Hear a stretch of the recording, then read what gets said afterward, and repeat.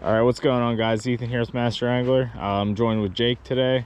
We're out at his Sportsman Club, and we're going to be going over our top 4 pre-spawn techniques for bass fishing.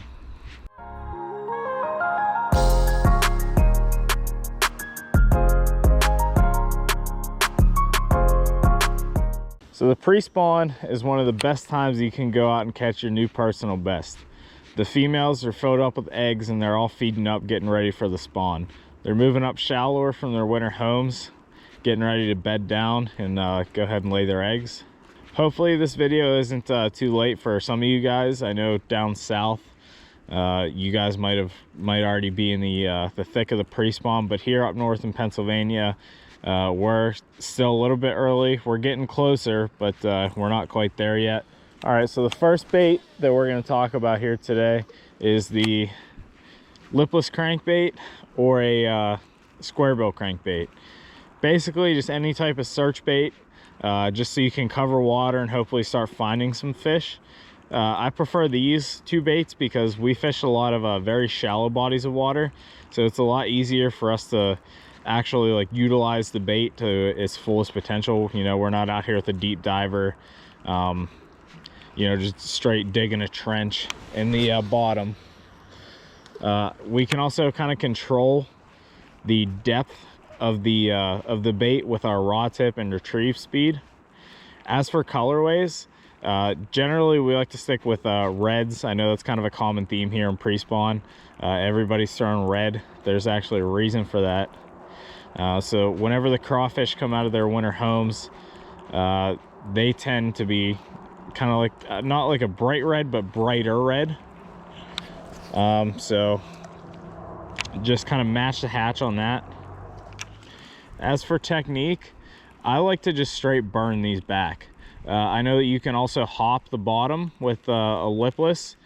I haven't had a ton of success doing that, so mainly what I'm doing is I'm just casting it out and just straight retrieving that back. Hey guys, it's Jake. One of the lures that we like to use, also really good for pre-spawn, it's a spinner bait. You know, usually you're going to want to fish these around like a little bit of structure or something. There's like a cement like pillar or something out there. I don't know if you can see it with the reflection, but yeah, like anything like down timbers and stuff like that, you're going to want to, you know, throw these around them right now.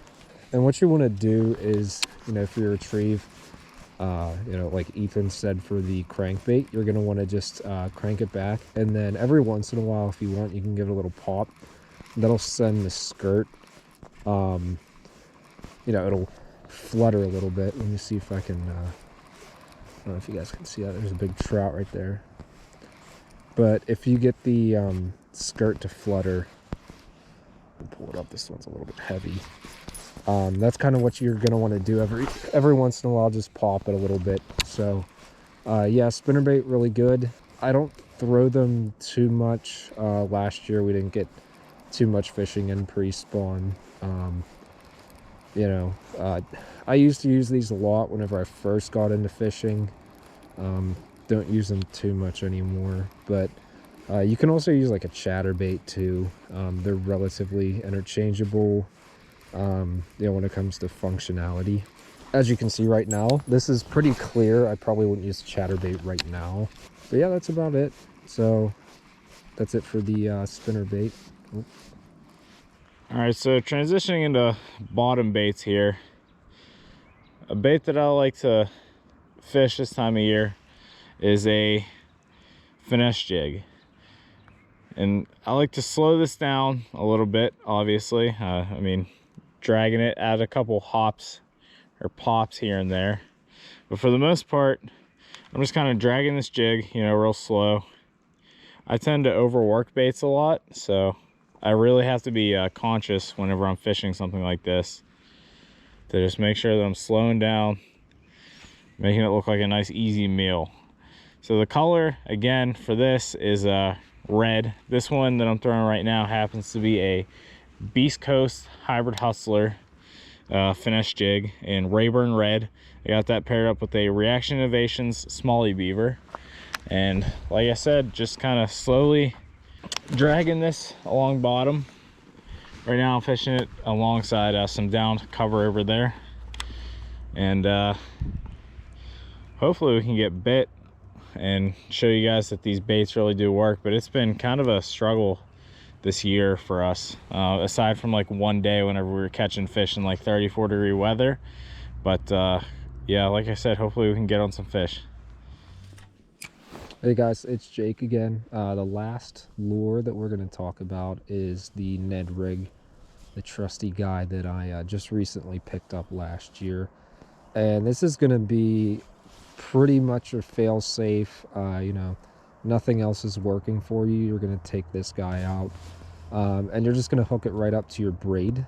You know, just straight braid onto it. Right now I'm using Ethan's. He has a TRD on it right now. You can really throw pretty much anything else finesse on there. You can do a shaky head. You could do, Ethan even throws beaver tails on his and stuff like that. You know, and then you're just gonna, right now you can see I'm just like hopping it along the bottom.